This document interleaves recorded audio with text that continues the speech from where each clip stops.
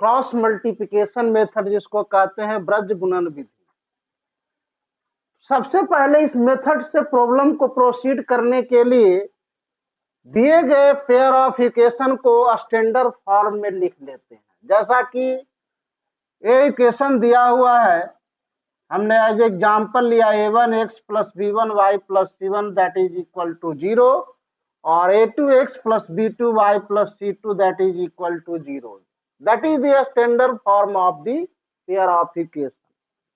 याद रहे कि स्टैंडर्ड फॉर्म में x का कोफिशिएंट और y का कोफिशिएंट जो है वो रियल नंबर हो लेकिन शून्य नहीं हो, जीरो नहीं हो।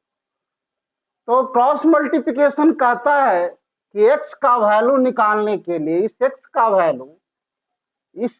वैल्यू माने x वेरिएबल x और y सॉल्यूशन ऑफ का दो as a point x y होगा पेयर ऑफ इक्वेशन का। तो अगर यूनिक सॉल्यूशन है तो वह सॉल्यूशन मतलब जो सेटिस्फाइड करेगा वह पॉइंट का जो सॉल्यूशन होगा वह x का मान निकालने के लिए y के कोफिशिएंट और कांस्टेंट टर्म के कोफिशिएंट में क्रॉस करते हैं। मतलब v1 b2 और c1 c2, यहां लिखा हुआ है b1 b2 c1 c2। तो y के कोफिशिएंट और कांस्टेंट टर्म के कोफिशिएंट में क्रॉस करते हैं। क्या करते हैं? b1 c2 minus b2 c1, यहाँ लिखा हुआ है b1 c2 minus b2 c1 divided by, अब ध्यान दीजिए डिवाइडेड बाय कौन होगा? a1 b2 minus a2 b1। याद रखिए डिटर्मिनेंट फॉर्म मैंने लिख दिया है। अगर इस फॉर्म में अगर नंबर लिखे हुए हैं मैथमेटिकल सिंबल में ए सी बी और डी इस फॉर्म में, इसका सेंस है ए इंटू डी मतलब ए और डी का cross minus B into C, A into D minus B into C. तो अब हम इसमें क्रॉस करेंगे b1 b2 और c1 c2, तो आपका आया b1 c2 minus b2 c1 और divided by a1 b2 minus a2 b1। ठीक उसी प्रकार से y का मान अगर निकालना हो इसका मान, तो इसको गौन कर देंगे और क्रॉस किस में करेंगे? ए कांस्टेंट और x के कोफिशिएंट। ध्यान दीजिए अगर x का मान निकालना है तो किसमें किसके कोफिशिएंट में क्रॉस होगा? y के कोफिशिएंट और कांस्टेंट के कोफिशिएंट नंबरेटर में। तो आप क्या करेंगे? b1 c2 minus b2 c1 divided by a1 b2 minus a2 b1, x का वैल्यू हुआ। ठीक उसी प्रकार से y का वैल्यू निकालना हो तो नंबरेटर में क्रॉस किस में होगा? ए कांस्टेंट और x के कोफिशिएंट। कब? जब इक्वेशन स्टैंडर्ड फॉर्म में हो तब। तो इक्वेशन स्टैंडर्ड फॉर्म में है तो y का वैल्यू निकालना है तो क्रॉस किस में होगा? कांस्टेंट टर्म और x के कोफिशिएंट पे, मतलब c1 a2 और minus c2 a1 divided by same a1 b2 minus a2 b1। ये डिवीजन में y का भी मान निकालने के लिए सेम है। आप इस बात को जान गए ए डिटर्मिनेंट फॉर्म है, इसका मतलब सेंस क्या है? b1 c2 minus b2 c1 divided by a1 a b2 minus a2 b1 और y का मान है c1 a2 minus c2 a1 divided by a1 b2 और माइनस a2 b1। ये सेम है भाई। डिनोमिनेटर में x का मान निकालने के लिए भी डिवीजन सेम पार्ट से करते हैं और y का भी मान निकालने के लिए सेम पार्ट से, मतलब सेम टर्म से करते हैं। अब ये वैल्यू आया कैसे? ये क्रॉस का मान, क्रॉस मल्टीप्लिकेशन का मान x और y के मान निकालने के लिए कैसे आया, इसको प्रूफ कीजिए, वेरीफाई कीजिए। तो आपने एलिमिनेशन मेथड को पढ़ा है, आपने देखिए standard form of the pair of equation है, तो आप ही एलिमिनेट करने के वैल्यू निकालने के लिए आप एलिमिनेट करते हैं किसी एक वेरिएबल को, एक्स को या वाई को। अगर हम एक्स का वैल्यू निकालना चाहते हैं तो वाई को एलिमिनेट करेंगे, मतलब वाई के कोफिशिएंट को हम बराबर करके घटाएंगे। तो अब हम ऑपरेटिंग क्या किया कि equation first into B2 minus equation second into B1। क्यों? क्योंकि इसको हम बराबर करेंगे, घटाएंगे, तब ना मेरा इक्वेशन जो है वन वेरिएबल में ट्रांसफर होगा। अगर हम y के कोफिशिएंट को x का मान निकालना चाहते हैं तो y के कोफिशिएंट को बराबर करेंगे, और दोनों के पहले साइन सेम है तो माइनस कर देंगे। तो हमने ऐसा ही किया, और ऐसा करने पर इक्वेशन हो गया, फर्स्ट में हम किसमें उससे गुना किया, B2 से, तो आ गया A1 B2 minus B1 B2 plus C1 B2, मतलब V2 C1 और उस सेकंड में आ गया क्या, सेकंड में मैंने B1 से गुना किया तो A2 B1 minus B1 B2 plus B1 C2 that is equal to 0। और इस ढंग से घटाया तो आपका ये जो y का कोफिशिएंट है नेगलेक्ट हो गया, और इक्वेशन आ गया है वन वेरिएबल x में, और इस ढंग से x के पार्ट को हम शिफ्ट कर दिया, x का पार्ट हो गया A1 B2 minus A2 B1, घटाए हैं तो साइन चेंज हुआ, और कांस्टेंट कौन हो गया, B2 C1 minus B1 C2। तो कांस्टेंट पार्ट राइट में गया और x का कोफिशिएंट आ गया डिनोमिनेटर में। तो इस ढंग से x का वैल्यू निकल गया B1 C2 minus B2 C1 divided by A1 B2 minus A2 B1। तो ये क्रॉस का वैल्यू है, क्रॉस से आपका x का मान निकला। सिमिलरली अगर हम y का मान निकालना चाहते हैं तो x के कोफिशिएंट को बराबर करके हम क्या करेंगे, क्रॉस करेंगे। अगर इसका मान निकालना चाहते हैं तो फर्स्ट में हम कितना से ऑपरेट करेंगे, मल्टीप्लिकेशन A2 से, और सेकंड में A1 से, और जैसे ही घटाएंगे तो y का वैल्यू इसी प्रकार से प्राप्त हो जाएगा, इसका मान। और इस ढंग से हमें क्रॉस में द्वारा x और y का मान निकल गया। अब एज एग्जाम्पल इसको क्लियर करेंगे, याद रखेंगे कैसे, मतलब याद रखने के लिए आपको इस क्रॉस वैल्यू को याद रखने के लिए एक सिस्टम हम देते हैं, वह है साइक्लिक ऑर्डर।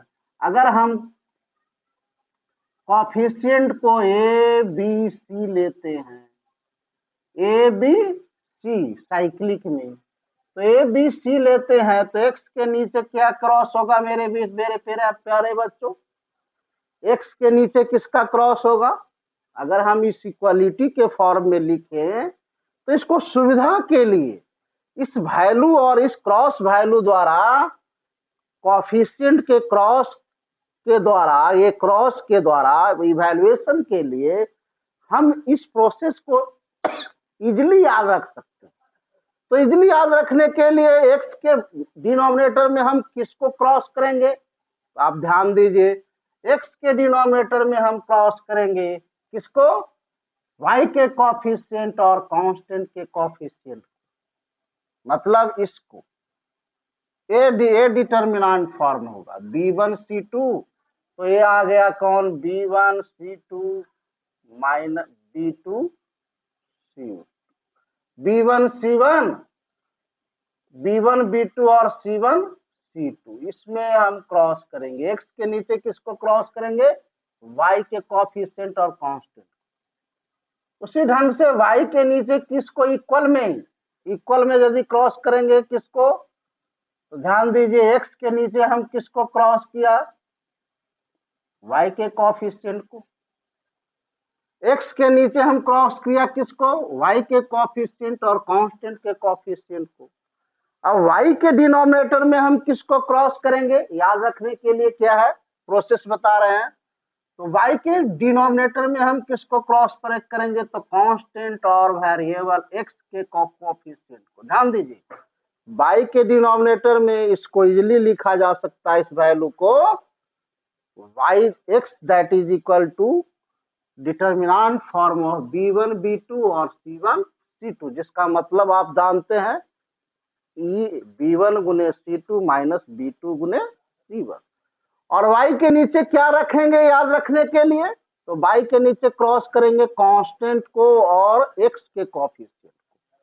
तो y के नीचे कांस्टेंट कौन हो गया, C1 C2 और A1 A2 इस ढंग से। और तीसरा वेरिएबल कौन है ही नहीं, कांस्टेंट है। अगर वेरिएबल होता z तो z लिखते, लेकिन नहीं है तो हम 1 लिखेंगे कांस्टेंट।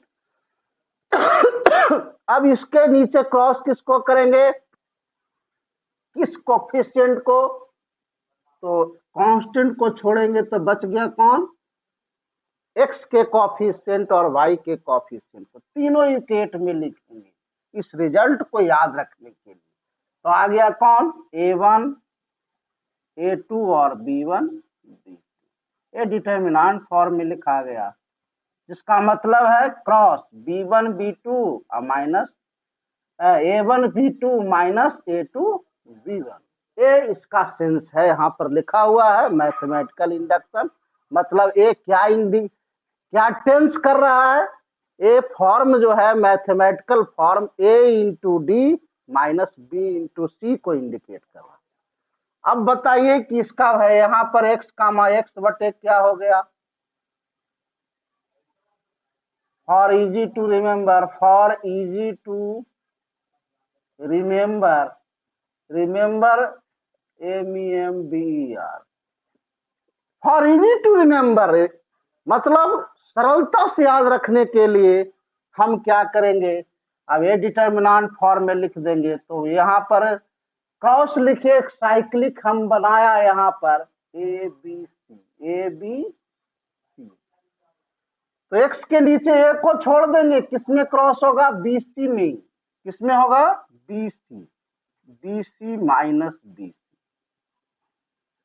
ध्यान दीजिए ABC अगर साइक्लिक में है तो a को छोड़ दीजिए, किसमें क्रॉस होगा, BC में, और यहाँ पर हम क्या लेंगे, B1 2 और इसका रेसिप्रोकल 2 1, माने 12 और 21।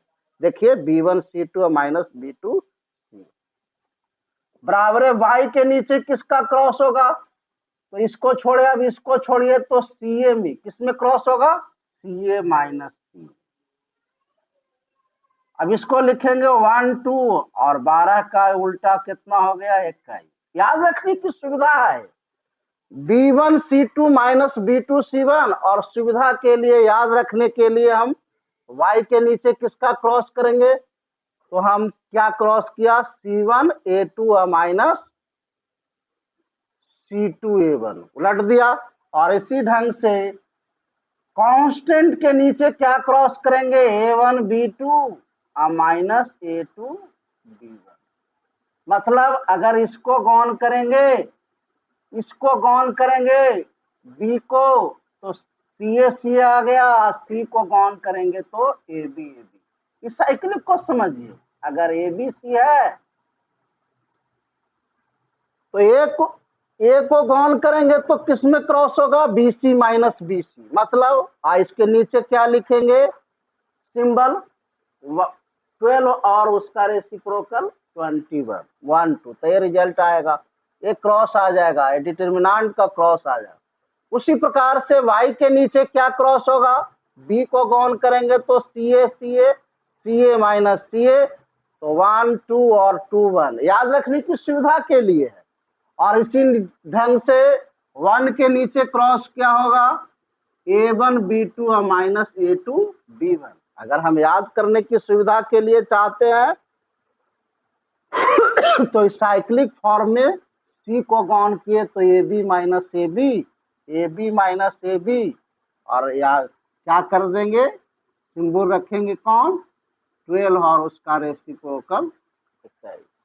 तो इस ढंग से अब ये प्रत्येक वैल्यू को हम किससे इक्वेट करेंगे, कांस्टेंट से। तो x का मान कितना हो गया मेरे प्यारे बच्चों, वैन लिखेंगे x बटे x divided by B1 C2 minus B2 C1 बराबर constant A1 B2 minus A2 B1। तो x का वैल्यू आ जाएगा B1 C2 minus B2 C1 divided by A1 B2 minus A2 B1। उसी ढंग से y के टर्म को, इस वैल्यू को यदि इस कांस्टेंट से इक्वेट करते हैं, तीनों याद रखने की सुविधा के लिए मैंने इस फॉर्म को, इस मेथड को लिखा है।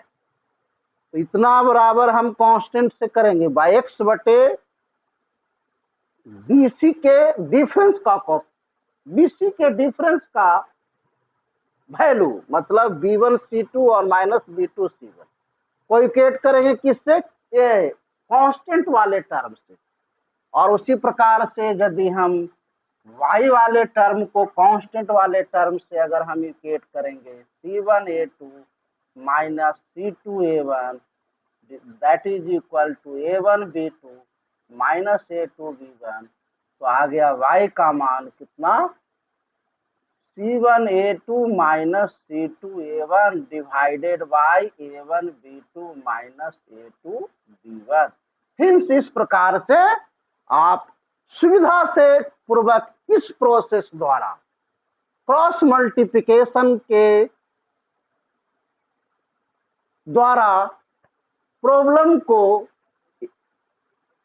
प्रोसेस को याद रखेंगे। कैसे हम प्रोसीड करते हैं, इजी टू रिमेम्बर, याद रखने के लिए कैसे क्रॉस होगा x के नीचे इसके कोएफिशिएंट का क्रॉस y के और कांस्टेंट के, फिर y के नीचे किसका क्रॉस करेंगे, कांस्टेंट और x के कोएफिशिएंट का, और एक कांस्टेंट है, ए वेरिएबल नहीं है, तो 1 के नीचे किसको क्रॉस करेंगे, x के वेरिएबल और y के x के कोएफिशिएंट और y के कोएफिशिएंट का। और इसका फॉर्म जानते हैं, डिटरमिनेंट फॉर्म है, जिसका मतलब है क्रॉस a गुने d माइनस b गुने c। इसका मतलब हो गया B1C2 माइनस B2C1। और इस फॉर्म में लिख करके और याद रखने के लिए सरलता से हम बता ही दिए, अगर साइक्लिक में चल देंगे ABC के, तो x के नीचे किसका क्रॉस होगा, BC माइनस BC, मतलब, और मान रख देंगे 1 2 2 1। y के नीचे किसका क्रॉस होगा, अब इसको गौन कीजिए CA माइनस CA, और वैल्यू रखेंगे 1 2 और 2 1। अब एक कांस्ट 1 के नीचे किसका क्रॉस होगा, तो C को गौन कीजिए AB माइनस AB, अब वैल्यू रख दीजिए 1 2 और 2 1। That is the process to cross to solve the two variable linear equation by cross multiplication. ये रिमेंबर है, इजी टू रिमेंबर है, मतलब प्रोसेस को सरलता से याद रखने का तरीका है। अब प्रत्येक कांस्टेंट को, वेरिएबल वाले पार्ट को कांस्टेंट से इक्वेट करेंगे, x वाले को और y वाले को, तो x का और y का दोनों मान निकल जाएगा। थैंक यू मेरे प्यारे बच्चों, आप इस प्रोसेस द्वारा जरूर प्रॉब्लम को बनाएंगे, क्योंकि ये फंडामेंटल मेथड है क्रॉस मल्टीप्लिकेशन। अब हम नेक्स्ट क्लास में इस प्रोसेस द्वारा हम प्रॉब्लम को बताते हुए, क्रॉस करते हुए आपको